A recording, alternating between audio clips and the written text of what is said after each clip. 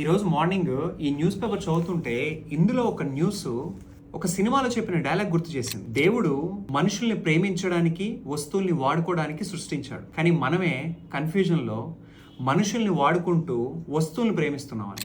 ఈరోజు ఇక్కడ ఏదైతే తూర్పుగోదావరి జిల్లాలో జరిగిన ఈ ఇన్సిడెంట్, 75 ఏళ్ల ముసలామె ఎవరైతే ఉన్నారో ఆమె చనిపోతూ దానికంటే ముందే తన ఇద్దరి కొడుకులకి తనకున్న 18 ఎకరాల్లో 15 ఎకరాలు సగం 7.5 7.5 తనకి డివైడ్ చేసి ఆ 3 ఎకరాలు ఆమె పెట్టుకొని నిన్నే ఆమె చనిపోవడం జరిగితే ఇప్పుడు ఆ 3 ఎకరాలు కూడా పెద్ద కొడుకు మీద రాసింది అన్న ఉద్దేశంతో అక్కడికి వాళ్ళిద్దరూ ఆ గొడవలో ఈ 3 ఎకరాలు తేలందే ఆమె చనిపోయిన ఆమె అంత్యక్రియలు కూడా జరగడానికి వీల్లేదు అని చెప్పి అక్కడ శవాల మీద ఆస్తి పంపకాలు జరిగాయి. ఇక్కడ నాకు అర్థం కాని ఒక పాయింట్ ఏంటి అంటే, ఈ రోజు సరే జరిగి అంత బానే ఉంది, రేపటి రోజు మళ్ళీ వాళ్ళకు కూడా పిల్లలు ఉన్నారు కదా, వాళ్ళ పిల్లలు కూడా ఇదే నేర్చుకుంటారు. అంటే ఈ రోజు పిల్లలకి సరైన విలువలు నేర్పించకపోవడం ఎంత పెద్ద తప్పో ఈరోజు ఈ న్యూస్ చూసాక నాకు అర్థమైంది. రేపటి రోజు అదే వాళ్ళకి వాళ్ళ లైఫ్లో రిపీట్ అవుద్ది.